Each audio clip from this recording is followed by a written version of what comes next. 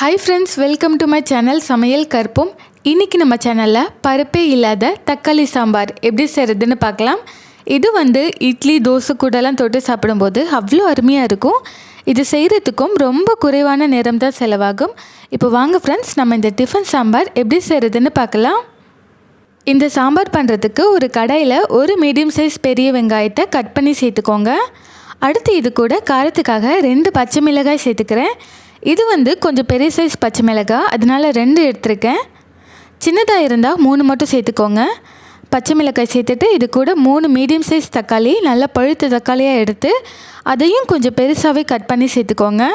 வேக வைக்க தானே போகிறோம், அதனால் கொஞ்சம் பெருசாகவே கட் பண்ணி சேர்த்துக்கோங்க.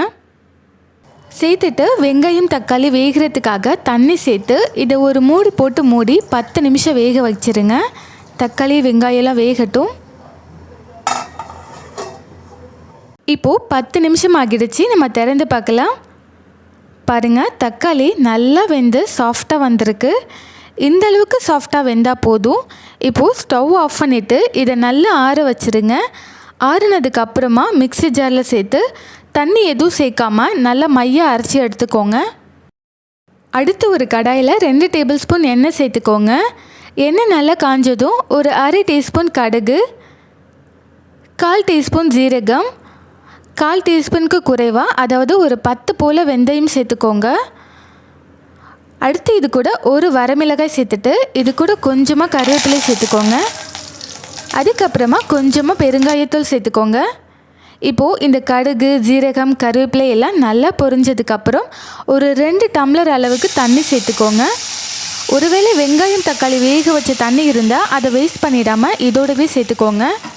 சேர்த்துட்டு இந்த தண்ணியில் ஒரு டேபிள் ஸ்பூன் சாம்பார் பொடி சேர்த்துக்கோங்க. சாம்பார் பொடி இல்லைன்னா வீட்டில் இருக்க குழம்பு மிளகாய்த்தூள் சேர்த்துக்கோங்க.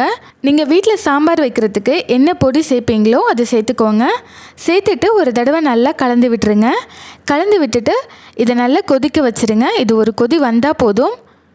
பாருங்கள், சாம்பார் பொடி சேர்த்து நல்லா கொதிக்க ஆரம்பிச்சிருச்சு. இப்போது இதில் நம்ம அரைச்சி வச்சுருக்க அந்த விழுது, அந்த வெங்காய தக்காளி வேக வச்சலையா அந்த விழுதை சேர்த்துக்கோங்க. மிக்சியில் கொஞ்சமாக தண்ணி சேர்த்துட்டு மறுபடியும் அந்த தண்ணியை இது கூட சேர்த்துக்கோங்க. தேவையான அளவுக்கு உப்பு சேர்த்துட்டு ஒரு முறை கலந்து விட்டுக்கோங்க. இப்போது இது ஒரு 5 நிமிஷம் நல்லா கொதிக்கட்டும். இப்போ பாருங்கள், நல்லா கொதி வந்திருக்கு. இது ரொம்ப திக்காகவும் இருக்காது, ரொம்ப தண்ணியாகவும் இருக்காது. இதில் நீங்கள் கடலை மாவு, பொட்டுக்கடலை மாவு அந்த மாதிரிலாம் எதுவுமே சேர்க்க வேணாங்க. உங்களுக்கு அப்படியே அந்த சாம்பார் ஃப்ளேவரும் கிடைக்கும், பார்க்குறதுக்கும் சாம்பார் மாதிரியே இருக்கும். கூடவே வாசனைக்காக கொஞ்சம் கொத்தமல்லி இலை சேர்த்து நம்ம ஸ்டவ்வை ஆஃப் பண்ணிடலாம். அவ்வளோதான், சூப்பரான டிஃபன் சாம்பார் ரெடி ஆகிடுச்சு. சுட சுட இட்லி கூட இந்த சுவையான டிஃபன் சாம்பாரை செஞ்சு சாப்பிடுங்க, அவ்வளோ அருமையாக இருக்கும். கண்டிப்பாக ஒரு நாள் ட்ரை பண்ணி பாருங்கள். ட்ரை பண்ணி பார்த்துட்டு எப்படி இருந்ததுன்னு கமெண்ட்ஸில் சொல்லுங்கள். இந்த வீடியோ பற்றின உங்கள் கருத்துக்களையும் மறக்காமல் கமெண்ட் செக்ஷனில் தெரியப்படுத்துங்க. இந்த வீடியோ பிடிச்சிருந்தால் லைக் பண்ணுங்கள். நம்ம சேனலை ஃபர்ஸ்ட் டைம் பார்க்குற நண்பர்களாக இருந்தால் சேனலை மறக்காமல் சப்ஸ்கிரைப் பண்ணிக்கோங்க. நன்றி, வணக்கம்.